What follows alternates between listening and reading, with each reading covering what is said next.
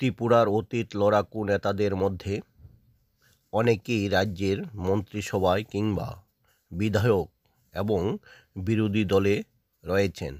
এরা নেতা থেকে জননেতা হতে পেরেছেন বলেই জনগণ তাদের এখনও বিশ্বাসের সাথে সাথে সম্মান আপ্যায়নের মধ্য দিয়ে বুকে জড়িয়ে নিতে দেখা যায়। তাদের মধ্যে ত্রিপুরার প্রাক্তন স্বরাষ্ট্রমন্ত্রী জহর শাহ একজন। জহর সাহা এখনও উপজাতি এলাকায় কদর ও বিশ্বাস এবং সম্মান রয়েছে।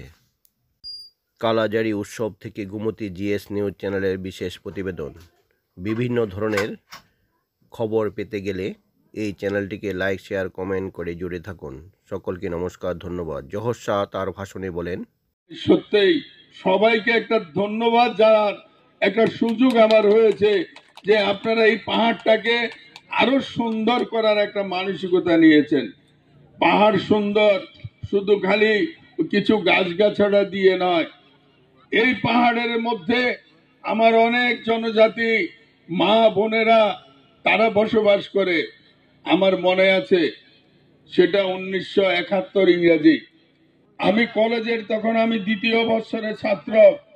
আমার ছাত্র জীবনে আমার প্রথম সৌভাগ্য হয়েছিল এই কালাজারিতে আসার, নির্বাচনী প্রচারে এখানে অংশগ্রহণ করার জন্য।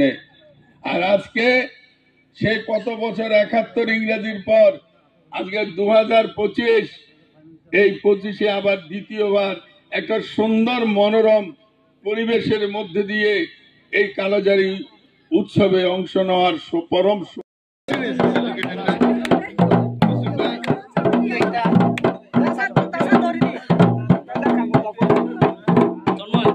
জহর বাবুদের সময় পাহাড় জঙ্গল ভেদ করে কঠোর পরিশ্রম করে জনভিড় তৈরি করতে হয়েছিল। বিলাসবহুল গাড়ি তেমন ছিল না। অপ্রয়োজনে সরকারের অর্থ অপচয় হতো না। কঠোর বিশ্বাস ও পরিশ্রমই ছিল তাদের একমাত্র হাতিয়ার।